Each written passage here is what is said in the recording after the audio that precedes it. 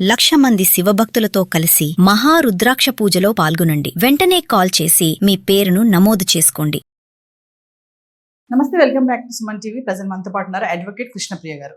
నమస్తే మేడం. నమస్తే మా మేడం, అప్పుల గురించి మాట్లాడుకుంటే అప్పు ఇచ్చి తిరిగి ఇవ్వకపోతే చట్టపరంగా తీసుకునే మార్గాలు ఏమన్నా ఉన్నాయా అసలు? అంటే దీనిలో చెప్పాల్సిందంటే ఏంటమ్మా, ఫస్ట్ అప్పు ఇచ్చినప్పుడు మనం అప్పు ఇస్తున్నప్పుడు అతను రీపే చేయగల కెపాసిటీ ఉందా లేదా ఫస్ట్ చూసుకోవాలి. లేదు రీపే చేసే అప్పు అతను రీపే చేస్తాడో చెయ్యడో అని అనిపించినప్పుడు మీరు చేయాల్సింది ఏంటి అంటే అతని దగ్గర నుంచి ఫస్ట్ ఒక చెక్ కానీ, ఒక ప్రామిసరీ నోట్ కానీ, ఒక బాండ్ కానీ ఏదైనా రాసుకోవాలి.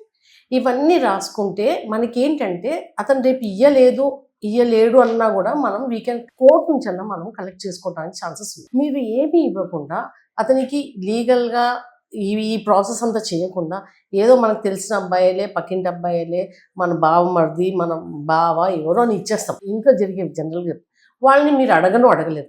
అడగకుండా వాళ్ళు ఇవ్వండి అంటే వాళ్ళు మనోళ్లే కదా మెల్లగించుకుందాంలే అని వాళ్ళు వదిలేస్తారు. కొన్ని రోజుల తర్వాత అది తీరదు, మీరు బాధపడుతూనే ఉంటారు, అదో పెద్ద ఇష్యూ అవుతుంది, కొట్లాడుకుంటారే కానీ మీకు ప్రొసీజర్ అనేది ఉండదు చేయటానికి. అదే మీరు కనుక చెక్ ఇచ్చి వాళ్ళు చెక్ ఇచ్చిండ్రు అంటే వాళ్ళకు భయం ఉంటుంది. వీడు ఎప్పుడన్నా రేపు చెక్ ఇచ్చామంటే లీగల్గా ఇరుక్కుంటాము, వాడు నెగోషియబుల్ ఇన్స్ట్రుమెంట్ యాక్ట్ కింద కోర్టులో కేసు వేస్తాడు, జైలు దాకా పోవచ్చు, క్రిమినల్ యాక్టివిటీ వస్తుంది. అదే మీరు ప్రామిసరీ నోట్ ఇస్తే అది మీరు సివిల్ సూట్ వేసుకోవచ్చు, 3 years పనిచేస్తుంది కాబట్టి. ఇంకోటి ఏంటి, మీరు బాండ్ ఇచ్చినా కూడా మీరు సివిల్ సూట్ వేసుకోవచ్చు. ఈ సివిల్ అండ్ క్రిమినల్ యాక్టివిటీస్ లీగల్గా ఉన్నాయి మీరు రాసుకుంటే. లేదు మేము మనకు తెలుసని ఇచ్చేసామండి అంటే అట్లాంటప్పుడు అది ఎట్లా కలెక్ట్ చేయటం, ఇవంతా లీగల్ బేస్ ఉన్నాయి. అదే మీరు ఇచ్చి వాడు ఇవ్వను అంటే వాడి దగ్గర నుంచి ఎట్లా కలెక్ట్ చేయటం చాలా కష్టమవుతుంది. అప్పుడు మీరు ఎవిడెన్స్ మీరు క్రియేట్ చేయటం మొదలు పెట్టాలి. ఎట్లా అంటే చాట్స్ ద్వారా, నీకు అప్పుడు ఇచ్చాను కదా అంటే వాడు హీ షుడ్ సే నేను ఇచ్చాను, వాట్సాప్ మెసేజెస్ కానీ చాట్స్ కానీ మెల్లమెల్లగా వాడిని మీరు దీంట్లోకి తీసుకొని రావాలి. లైక్ మనం ఇచ్చాను నువ్వేమి ఇయ్యలేదు అంటే వాడు రిప్లై ఇవ్వాలి. న్యాచురల్ వాడు కోపం వచ్చి ఏమయ్యా ఇయ్యలేదు అంటే ఇస్తానులే అని వాడు మెల్లమెల్లగా హీ విల్ కమిట్ హిమ్సెల్ఫ్. ఈ సోషల్ మీడియాలో, ఇంటర్నెట్లో అంటే మనం మాట్లాడే దాంట్లో చాట్స్లో కానీ, లేకపోతే వాడు వే ఆఫ్ టాకింగ్ ఫోన్ కాల్స్లో కానీ, దాంట్లో మీరు ఎప్పుడైతే వాడిని పట్టగలరో there is a possibility of getting back your loan. Otherwise it's very difficult. అంటే ఎవిడెన్స్ అనగానే ఇప్పుడు మీరు అన్నప్పుడు వాట్సాప్ చాట్ అదంతా చూపించేస్తే ఇట్స్ ఓకే. మనం అట్లీస్ట్ ఈ కమిటెడ్ కదా, ఇక్కడ నేను తీసుకున్నాను అని కమిట్ అవుతున్నాడు కదా, దట్స్ ఇనఫ్. మనకి వాడు కమిట్మెంటే కావాలి. వాడు రాసేయకపోతే commitments, this another way, that is legal way. Like you get a cheque, it's a legal way.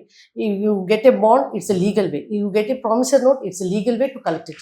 If you're not able to collect it from a legal manner, then what's the other way? Then the other way also మనం చెప్పాలి కదా. Other way ఏంటంటే when you talk to him on phone, he will commit himself. ఇప్పుడు మీరు నాకు తిడతారు, నీకు ఎప్పుడు ఇచ్చాను పైసలు, నువ్వు ఇయ్యలేదు ఏంటి నాన్న, నేను రేపు ఇస్తున్నా.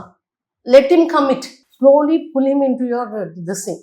అండ్ అప్పుడు ఏమవుతుందంటే ఈ చాట్స్ ఇవన్నీ this will be proof, evidence గా క్రియేట్ అవుతుంది. అక్కడ మనకు ఆల్రెడీ ఎవిడెన్స్ ఉంది, ఇక్కడ ఎవిడెన్స్ మనం క్రియేట్ చేసుకోవాలి.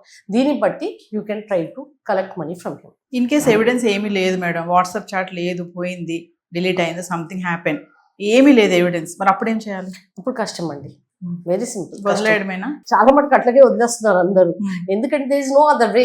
ఇప్పుడు మనకి ఈ వే లీగల్ గా అయితే మనం we can always very easy to tackle. ఇప్పుడు మనం లీగల్ కాకుండా నాన్ లీగల్ వేగా పోతే కూడా మనం we are able to correct it through this.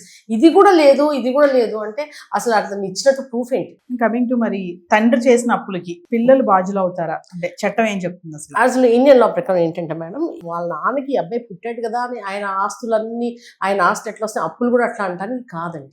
ముందంటే జాయింట్ ఫ్యామిలీస్లో ఉండేటోళ్ళు, పెళ్ళిళ్ళు చేసేటోళ్ళు, అన్నీ చేసేటోళ్ళు, వాళ్ళకు మోరల్ ఆబ్లిగేషన్ ఉండేది, అన్నిట్లో వాళ్ళు పార్టిసిపేట్ అయ్యేటోళ్ళు. కాబట్టి ఇప్పుడు ఏమైంది, ఫర్ ఎగ్జాంపుల్ ఫాదర్ ఏదో లోన్ తీసుకున్నాడు, లోన్ తీసుకుని దేనికి, ఒక ఇల్లు కొనటానికి. ఇల్లు కొన్నప్పుడు అది ఎవరికి ఇస్తాడు, చివరికి అబ్బాయికే ఇస్తాడో లేదా భార్యకే ఇస్తాడు. అతను సడన్గా చనిపోతే అది ఆ బెనిఫిషియరీ ఎవరు, దానికి వాళ్ళ మదరో సన్నో వాళ్ళు కట్టుకోవాల్సి వస్తుంది. అట్లాంటి దానికి he is liable to pay. అది కాకుండా ఇతను తాగి ఏదో మిస్యూజ్ చేస్తే మాత్రం హీఈస్ నాట్ లయబుల్. జనరల్గా లీగల్గా లయబుల్ కాదు, మారల్గా ఆబ్లిగేషన్స్ ఉంటాయి కాబట్టి లయబుల్. ఆ కాలంలో జాయింట్ ఫ్యామిలీస్ ఉండేవి, వాళ్ళు అన్నిటికీ ఖర్చు పెట్టేవాళ్ళు, అంత కలిసి మట్టంగా చేసి ఎక్కునేటోళ్ళు కాబట్టి అప్పుడు వాళ్ళకు మారల్ ఆబ్లిగేషన్ ఉండేది. మా ఫాదర్ మాకు ఇంత చేశాడు, మనం ఆయన పాపం చేసిన అప్పులు. ఈ కాలంలో ఏంటి, అందరు తాగేసి అక్కడ ఇక్కడ తిరిగేసి గ్యాంబ్లింగ్ చేసి ఏమంటారు షేర్స్ కొనటము, ఇవన్నిట్లో చాలా మంది పోగొట్టుకుంటున్నారు. ఈ దాంట్లో వాళ్ళ అబ్బాయిది ఏం తప్పు ఉందండి? అంటే కొడుకుతో పాటు కూతురు కూడా ఉంటుందా బాధ్యత అంటే అప్పుల విషయంలో? రెండిట్లో వీళ్ళిద్దరికి సరిపడదమ్మా.